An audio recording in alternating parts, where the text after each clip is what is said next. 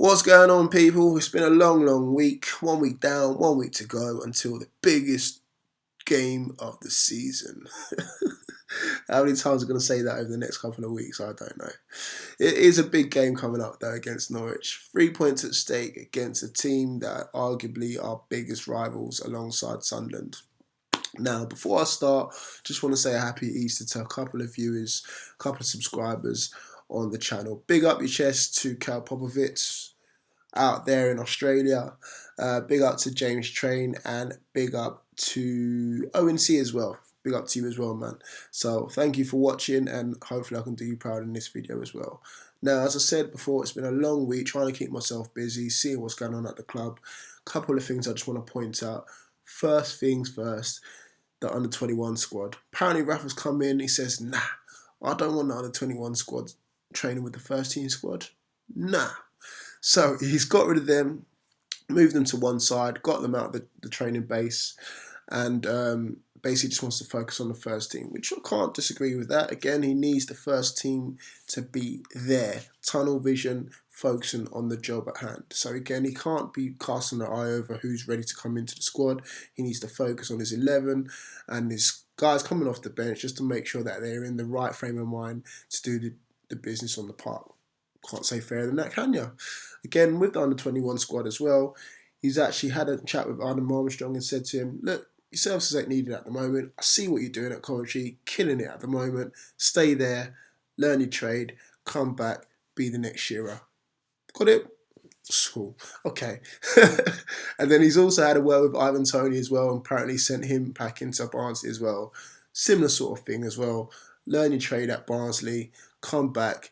You guys could be the Shearer Ferdinand of this generation. Sounds about right to me. Cool. Now, moving on. He's had the backing of a couple of managers, a couple previous managers as well. One of them being Kevin Keegan. Love that guy. Anything he says is gold. And again, here he is again, popping up with words of wisdom, saying he's the right man for the job. Great guy, great appointment. Still hates Ashley. Fair enough.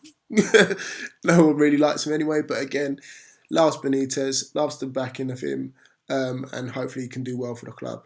Another guy as well who comes out of the woodwork every now and then, John Carver. He's come out on Goals on Sunday, says, yes, he's the best man since Benitez, best man since sliced bread, best man since John Carver.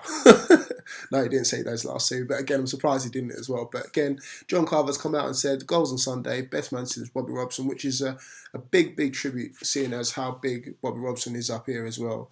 So again, for him to come out and say that is massive. So again, all things look positive in the way of Rafa Benitez being appointed at the club. So good news coming out of the club this week, and hopefully we can kick on this week against Norwich.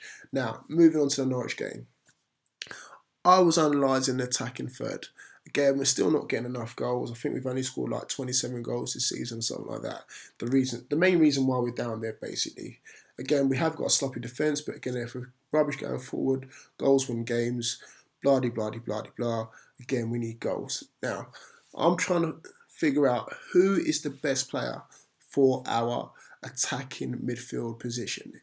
No, we know who's going to be playing up front. It's going to be Mitrovic, let's be honest. Again, if he's not knocked out cold, he's going to be playing probably up top by himself. Cisse, for me, nah, he's not going to be playing yet. Maybe coming off the bench after 60, 70 minutes. But again, it's going to be Mitrovic starting every single game. So we've got to be looking to who is going to be hurting teams in that attacking midfield role, that number 10 role, whatever you want to call it. I've got 4 contenders. Hear me out. Don't shoot me down just yet. Now, first up, Ayoze Perez, the guy who's got the shirt at the moment. Scored 6 goals this season. Like him. Again, he reminds me of a Primark version of Javier Hernandez. You know, he's good, but again, when he's out of stock, game over. Kind of like when you go into Primark, basically. Terrible analogy, I know. But yeah, he's a good player, don't get me wrong, but again, he just blows too much hot and cold. I've seen him against West Ham earlier this season as well, when he scored that goal just outside the area. Fantastic strike. That's the sort of position that you want to be seeing your number 10 getting into, picking up those bits and pieces, you know, finishing in the end, top corner, bottom corner, whatever you want to call it. But again, he doesn't do it enough for me, really, because in the Sunday game, I'd even notice he was on the park, in all honesty. So again, he needs to be played in the right games as well. I remember under McLaren, God help me, and God help us as well. He was played up front by himself against, I think it was against Bournemouth, in fact, yeah, by himself, two burly big centre halves, and you're playing the ball up long to him. I mean, bless him. Perez he's no bigger than a midget, let's be honest. And you're playing the ball up to him. He's got to be playing ball to feet. Even I know that. So, again, you've got to be playing the right formation and the right sort of team around him as well. For me, any number 10 that plays alongside Mitrovic needs to be basically on his heels to be getting that second ball and then starting the playoff in their last third of the field. So that's what needs to be happening anyway. So Perez, hit and miss, but at the moment he's got the shirt. Moving swiftly on to CM De Jong, who's the number 2 option. CM De Jong, again, had higher expectations for this guy, coming from Ajax of all teams, again, captain of that team as well. Again, he just looks like he's going down the same route as his brother. You know what I mean? So, again, he's been out for a lot of this season. Again, I think he's out with an eye injury of all injuries, an eye injury. You know what I mean? Not a leg or hamstring or anything, but an eye injury. Anyway, but again, he did look positive against Sunderland, and I think there's rumours of him maybe even starting against Norwich again. For me personally, I wouldn't start either of those two that I've just mentioned. Hear me out. Moving swiftly on to the guy, probably contender, or definitely contender, sorry, of our player of the season, Gini Wijnaldum. Came here, again, high hopes, high expectations. We spent quite a lot of money on him as well, so again, you can see the reasons why. And again, he's a top goal scorer. I think he's got 9 this season as well. And obviously he scored against Norwich in the previous game against them at St James's. So again, he's definitely a shoe-in to be starting anyway. For me personally, I would give this guy the number 10 role because, again, what he can offer. At the moment, in the previous games, I think the last 2 or 3 at least, he's been playing hot and cold. Again, similar to what was Izzy Perez, but I think that's mainly because he's been played here, there and everywhere. I mean, he's been played everywhere apart from in goal, to be honest. Last game he was playing in centre midfield against with Shelby, sorry.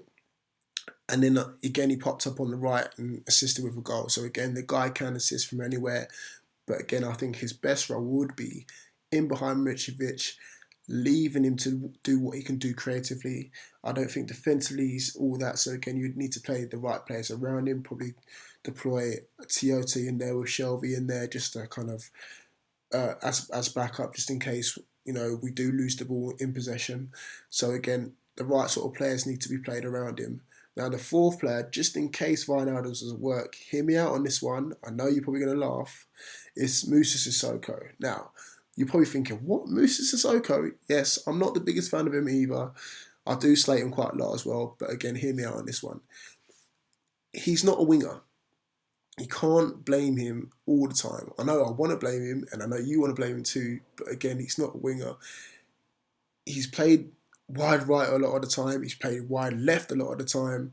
He was even played left back last game, but he's none of them. I think he's best played in centre midfield, not in centre midfield, sorry, attacking midfield, going forward, and again, just using his strengths to dominate against teams. The reason why we get so frustrated with him is because he's the player that all teams want. Look at him physically. He's big, he's strong, he's athletic, he's quick. And again, he just doesn't use it. Again, his decision making is questionable. Hopefully, Rafa's sorting that out, trying to make sure that he makes the right pass at the right time, or he takes on players at the right time because his decision making is way off completely. But again, he's got all the right attributes to be a player that who will play for a Champions League club. I know he wants to, but again, at the moment, he's barely going to play for a Championship club. But he can play for a Champions League club if he uses his attributes to his advantage. Now, I remember when he first came to the club, compared to the likes of Patrick Vieira, and you can see why. Game against Chelsea, when he absolutely tore Ashley Cole to pieces, you thought, yes, we've got a world beater on our hands.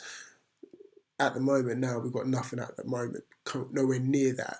But again, I think we just need to play him again in the right position to get the best out of him. Whether we will do it or not, because again, I don't think we've got that luxury at the moment, is a different story. But again, he's definitely another option to play in that role, just in behind Mitrovic to pick up those those bits and pieces, and he can score from distance as well. Remember that goal he scored against West Brom? I think it was 2 years ago.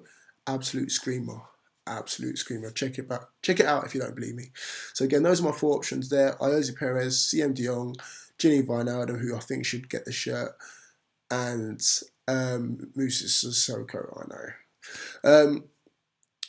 Now, another thing I should go on about just before I finish, I don't personally think that all 4 players should play in the first team at the same time, or in the starting 11 at the same time. Hear me out on this one.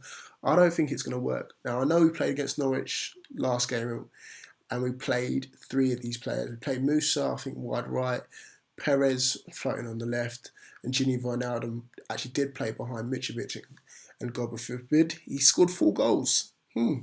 But again, I think we should only play 2 of them. So think about that. Think about it. If we usually play all 3 of them, what's the scoreline? We usually lose, let's be honest. I know we did win that game, but we usually do lose. But I honestly to God think that we should only play 2 of them. And if I was going to play 2 of them, I'd only play Wijnaldum and Perez to start off with. And then use the other 2 to come off the bench, probably replace those 2, and then just keep things moving. Probably in the 60th, 70th minute when we either chasing a goal or we want to finish off a game. That's what I would do. Let me know what you think anyway. So again, those are the 4 choices for me. If there's any more choices, which I'm struggling to find in the team, but again, if you do find any more choices in this attacking midfield role, then let me know in the comments below. Cheers, peace, one love, see you later.